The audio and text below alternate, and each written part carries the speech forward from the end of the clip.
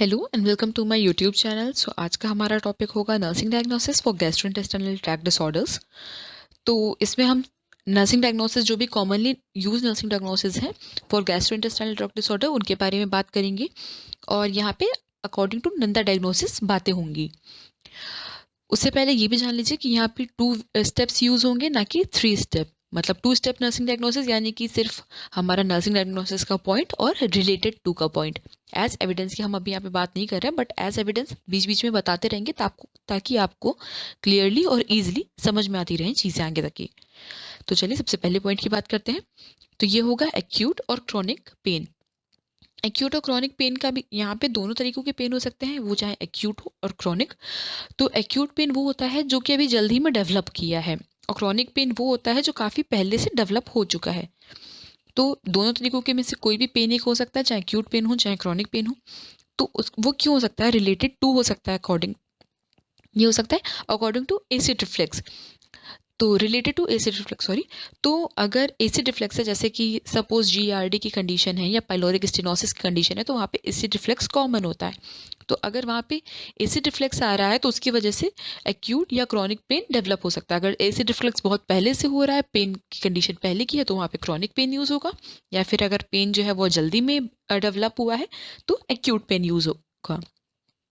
या फिर ulcer formation की वजह से हो सकता है। अगर पेप्टिक अल्सर है या गैस्ट्रिक अल्सर है, अगर किसी भी टाइप का अल्सर फॉर्मेशन है स्टमक में, तो उसकी वजह से भी हो सकता है। प्लस इंटेस्टाइनल अगर अल्सर है, तो अगर किसी भी वजह से अल्सर फॉर्मेशन हो रहा है तो उसकी वजह से भी पेन होगा इवेंचुअली।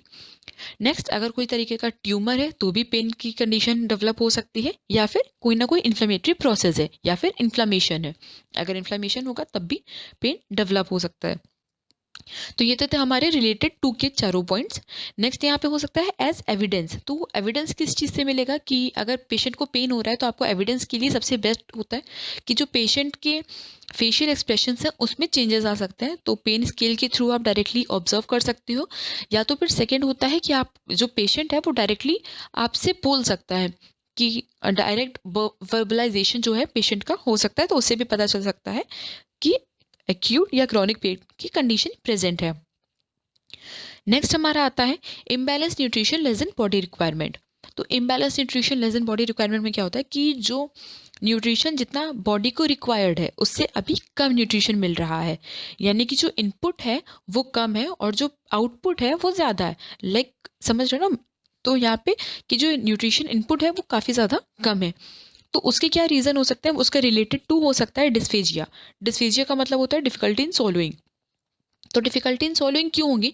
कि in case of acid reflex है, अगर एसिड रिफ्लेक्स है तो उसकी वजह से जो म्यूकोसल परफोरेशन हो सकता है, तो म्यूकोसल परफोरेशन की वजह से वहाँ पे पेन डेवलप हो जाएगा, जिसकी वजह से डिफिकल्टी इन सॉल्विंग की भी प्रॉब्लम हो सकती है। या फिर सेकंड पॉइंट हमारा आता है एसिड रिफ्लेक्स।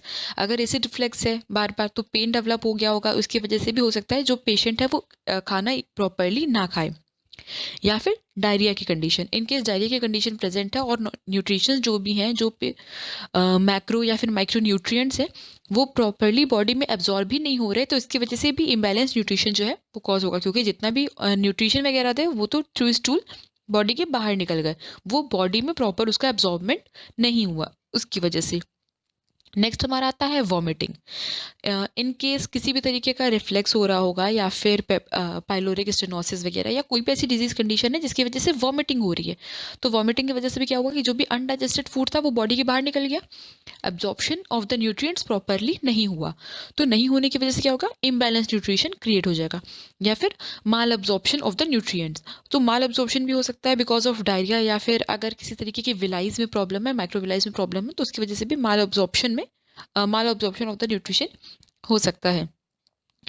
तो इसका एविडेंस आपको मिल सकता है कि हो सकता है कि पेशेंट जो है वो उसका वेट लूज हो रहा हो, सडन वेट लॉस हुआ हो उसका, या फिर वो एनोरेक्सिक कंडीशन में जा रहा हो, तो ये आपके एविडेंस हो सकते हैं। नेक्स्ट आता है हाइपरथर्मिया। तो हाइपरथर्मिया का मतलब होता है एलिवेटेड बॉडी टेम्परेचर, यानी कि अगर पेशेंट को फीवर की कंडीशन है, तो फीवर की कंडीशन क्यों हो सकती है? Related to infection. अगर किसी भी तरीके का बॉडी में इन्फेक्शन आता है तो उसका डायरेक्टली असर क्या होता है कि जो बॉडी का टेम्परेचर होता है वो थोड़ा सा एलिवेट हो जाता है अपने नॉर्मल बॉडी टेम्परेचर से, मतलब कि 98.6 डिग्री फ़ारेनहाइट से इंक्रीज हो जाएगा और जो टेम्परेचर है वो रेज हो जाएगा। इसी को हम बोल देंगे हाइपरथर्मिया हो रहा है बिकॉज ऑफ या फिर रिलेटेड टू इन्फेक्शन। और इसका आपको एविडेंस मिल सकता है as evidenced by elevated body temperature, कि जब आप थर्मोमीटर के थ्रू या फिर ऐसे आप उसको टच करोगे तो पेशेंट की बॉडी वार्म होगी, और अगर आप उसको थ्रू थर्मोमीटर देखोगे तो आपको नजर आएगा कि जो पेशेंट का बॉडी टेम्परेचर है वो रेज्ड है या फिर एलिवेटेड है। नेक्स्ट आता है इम्पेयर्ड स्किन इंटीग्रिटी। तो इम्पेयर्ड स्किन इंटीग्रिटी में क्या होता है कि अगर जो स्किन इंटीग्रिटी है, लाइक जो स्किन है उसमें इम्पेयरमेंट आ जाएगा, जैसे कि रैशेस वगैरह हो सकते हैं, या फिर स्ट्रेचिंग अचानक से हो सकती है, आउट स्ट्रेचिंग हो सकती है। तो वो क्यों हो सकता है कि सबसे पहले कॉज होगा एक्सेसिव वॉमिटिंग। अगर पेशेंट को एक्सेसिव वॉमिटिंग हो रही है तो उसका हाइड्रेशन लेवल जो होता है वो मैनेज नहीं हो पाता, लाइक उसका वाटर हाइड्रेशन जो होता है, बॉडी हाइड्रेट होनी चाहिए, वो उतनी हाइड्रेटेड नहीं होती है इन केस एक्सेसिव वॉमिटिंग हो रही है, like 5 to 6 episodes of vomiting हो रहा है दिन भर में या उससे भी ज़्यादा। तो अगर बहुत ज़्यादा वो वॉमिट कर रहा है तो उसका फ्लूइड जितना भी है बॉडी में वो बाहर जा रहा है, और उसकी वजह से हाइड्रेशन लेवल मेंटेन नहीं हो रहा है, जिसकी वजह से स्किन इंटीग्रिटी बॉडी की है वो डिक्रीज हो जाएगी या फिर इम्पेयर हो जाएगी। नेक्स्ट आता है एनोरेक्सिया। अगर पेशेंट को एनोरेक्सिया की कंडीशन है, यानी कि लॉस ऑफ एपेटाइट है, अगर वो खाना नहीं खा रहा है तो उसकी वजह से इवेंचुअली क्या होगा कि उसके अंदर न्यूट्रिशन की कमी हो जाएगी, वेट लॉस हो सकता है, वेट लॉस की वजह से स्किन इंटीग्रिटी कम हो सकती है। अगर प्रॉपर न्यूट्रिएंट्स को नहीं मिल रहा है उसकी वजह से भी इम्पेयर्ड स्किन इंटीग्रिटी हो सकती है। नेक्स्ट आता है डिहाइड्रेशन।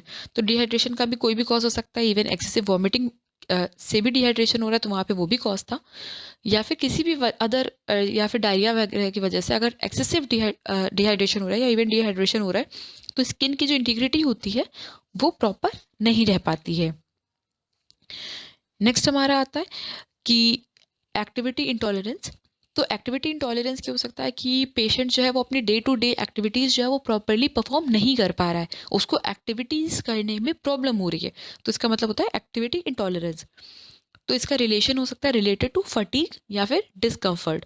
अगर पेशेंट बहुत ज़्यादा थका हुआ है या उसको डिस्कम्फर्ट है आइदर बिकॉज ऑफ पेन या फिर सर्जिकल प्रोसीजर या फिर पोस्ट सर्जिकल इंसीजन, इस सब की वजह से, या फिर कोई वूंड है उसकी वजह से, तो उसको क्या होगा कि वो अपनी day to day activities properly manage नहीं कर पाएगा और वो अपने काम प्रॉपरली नहीं कर पाएगा। नेक्स्ट आता है इनफेक्टिव ब्रीदिंग पैटर्न। तो इनफेक्टिव ब्रीदिंग पैटर्न क्या हो सकता है, क्योंकि अगर देखिए स्टमक जो होता है वो उसके जस्ट ऊपर पे ही डायफ्राम होता है, और डायफ्राम के जस्ट ऊपर होते हैं लंग्स। अगर due to any disease condition अगर एब्डोमिनल कैविटी जो है वो लाइक उसमें डिस्टिंक्शन हो रहा है, जैसे कि इन केस ऑफ असाइटिस या फिर एब्डोमिनल डिस्टिंक्शन, तो अगर किसी भी वजह से एब्डोमेन जो है वो डिस्टिंक्ट आउट हो रहा है तो उसकी वजह से क्या होगा कि लंग्स जो है वो कंप्रेस होंगे, और कंप्रेशन की वजह से होगा इनफेक्टिव ब्रीदिंग पैटर्न।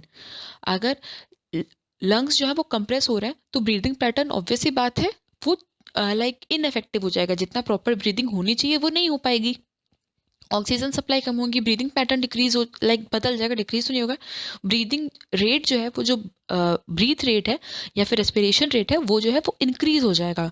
तो ये हो सकता है, तो इसका आपको एविडेंस मिल सकता है कि या तो पेशेंट का SpO2 कम होगा, मतलब ऑक्सीजन सेचुरेशन कम हो सकता है, या तो फिर क्या होगा उसका जो उसका जो ब्रीदिंग है, ब्रीदिंग रेट वो हाई होगा, यानी उससे रेस्पिरेशन रेट जो है वो 22 अबव जा सकता है। नेक्स्ट आता है डिफिसिट नॉलेज। तो नॉलेज डिफिशिएंट हो सकता है, मतलब अगर पेशेंट को अपने डिजीज़ कंडीशन के बारे में या फिर हॉस्पिटलाइजेशन के बारे में या ट्रीटमेंट के बारे में जानकारी नहीं है तो उसके अकॉर्डिंग उसको डिफिसिट नॉलेज हो सकता है इन सब चीज़ों के रिलेटेड में। अगर डिजीज़ कंडीशन के बारे में नहीं है, जैसे मान लीजिए उसको कोई भी एब्डोमिनल या फिर गैस्ट्रोइंटेस्टाइनल ट्रैक्ट डिसऑर्डर है और उसको उसके बारे में जानकारी नहीं है, वो तो आपसे 10 बार पूछेगा, बार बार वो आपसे सेम कुछ क्वेश्चंस पूछेगा कि हाँ ये कब तक ठीक होगा, या फिर इसका प्रोग्नोसिस कैसा है, ठीक होगा भी कि नहीं होगा, मेडिकेशंस कब तक चलेंगी, हॉस्पिटल में कब तक रहना पड़ेगा।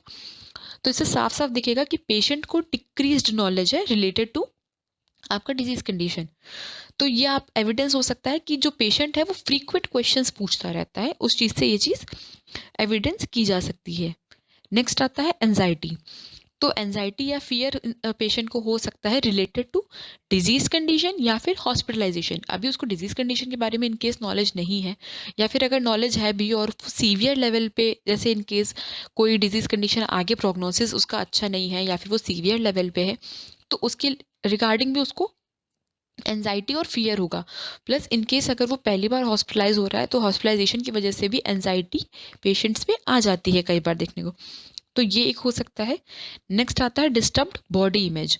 अगर इन केस कोई पोस्ट इंसीजनल है, तो मतलब लाइक ऑपरेशन हो चुका है, पोस्ट ऑपरेशनल इंसीजन है, उसकी वजह से कोई ऐसा मार्क है या फिर कोलेस्टोमी बैग लग गया है या फिर स्टोमा वगैरह लग चुका है या फिर कोई मार्क्स है इस वजह से, तो डिस्टर्ब्ड बॉडी इमेज भी पेशेंट की हो सकती है। तो डिस्टर्ब्ड बॉडी इमेज में मतलब वो अपनी बॉडी को लेके एज सच लाइक उतना ज़्यादा पॉजिटिव नहीं रहेगा, उसका सेल्फ स्टीम नीचे गिर सकता है या फिर एब्डोमिनल डिस्टिंक्शन की वजह से हो सकता है, जैसे इन केस ऑफ असाइटिस या फिर हर्निया।